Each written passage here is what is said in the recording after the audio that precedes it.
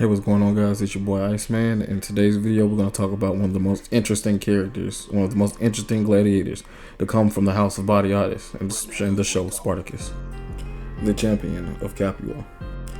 Crixus bore the title of champion of Capua due to defeating many opponents in the arena and claiming the title of undefeated of his race.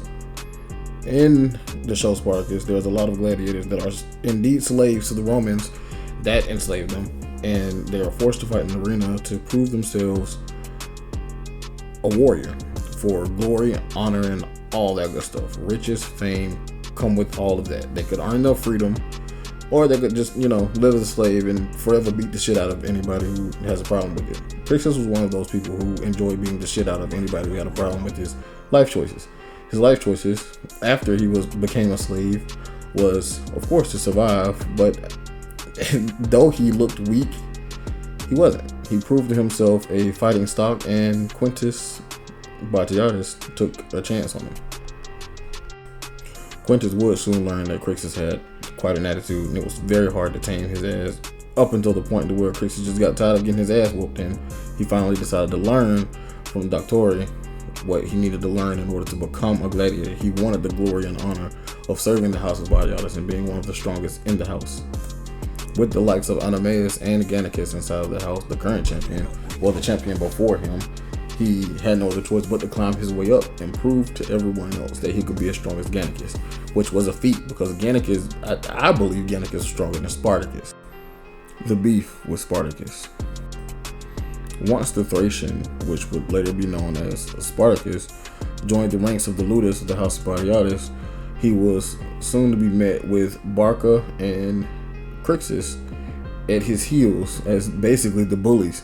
In the whole first season of the show, it seemed like they were bullying him and they did not want him to be a part of the Brotherhood, but that actually wasn't so. They just saw him as a weak newbie and someone who thought that everything would be handed to him by just raging out. Spartacus was a fierce warrior on the battlefield, and he did almost take out a Roman commander just without the training that he had gotten once he became a gladiator. And Spartacus, I guess for some reason, thought that was going to translate to the arena after he became a slave, and it didn't go that way. Crixus had to show him plenty of times that he was not the top dog, and Crixus was. And he was not coming for that spot. Crixus would never let him have that spot until he took it. The fight with Theocles. Crixus and Spartacus were paired up together against Theocles, the Shadow of Death. The Shadow of Death was a warrior that seemed damn near immortal. Like they literally during the fight cut this man so many different ways in which he should have died, and he did not. It took Spartacus chopping this man's head off in order to finally stop him. This man was like an ogre or some beastly hulking creature. It was actually crazy. You definitely should pay attention to the clip that's showing on the screen right now because I'm gonna put it there.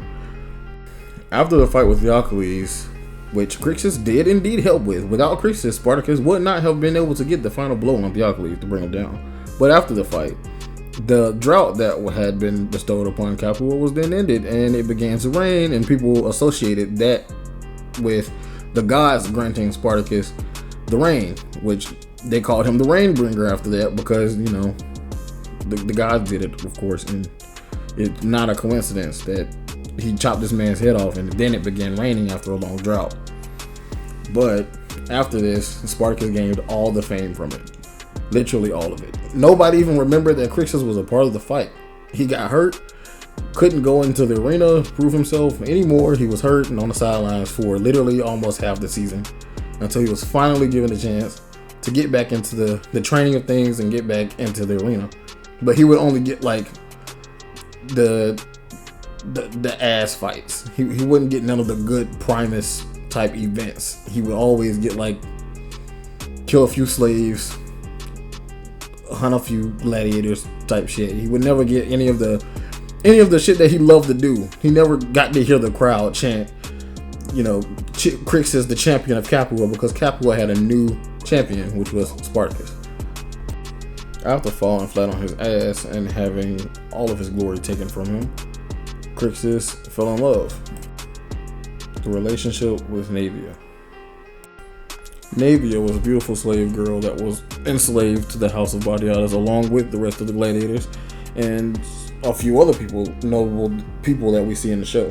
Naevia and Crixus formed a relationship behind their master's back, and once it was found out that Crixus was in love with Naevia, she was taken from him and sent to the mines because Lucretia, the master of Delicious' wife, did not appreciate the fact that the gladiator she enjoyed sleeping with, or forcing to sleep with her, was in love with someone other than her.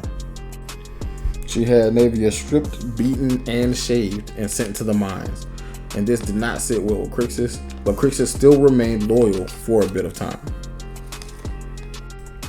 The rebellion and friendship with Spartacus. Crixus rebelled alongside Spartacus, but it took a last-minute decision on Crixus' part.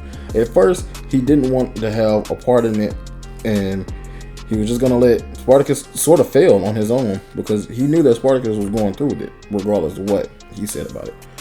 But the problem was the other Gauls would not fight on Spartacus' behalf unless Crixus fought with them.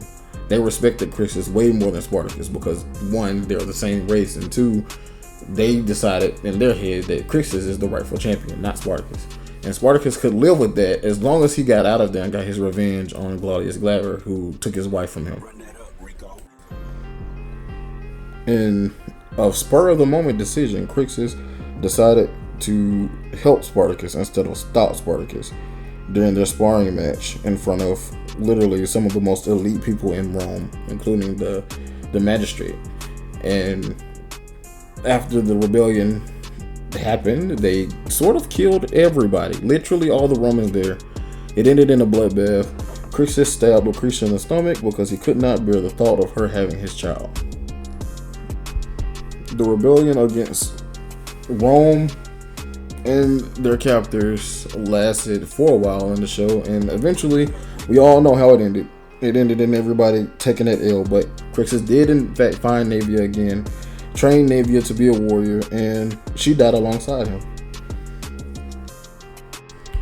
And well, that's pretty much all there is to know about Crixus. I mean, he was a good character. In my opinion, he was a very well developed character. He had a lot of development. He went from being a dickhead, to being a really lovable and loyal friend to Spartacus, and it played a big part in the rebellion and their strength as a rebellion force to begin with.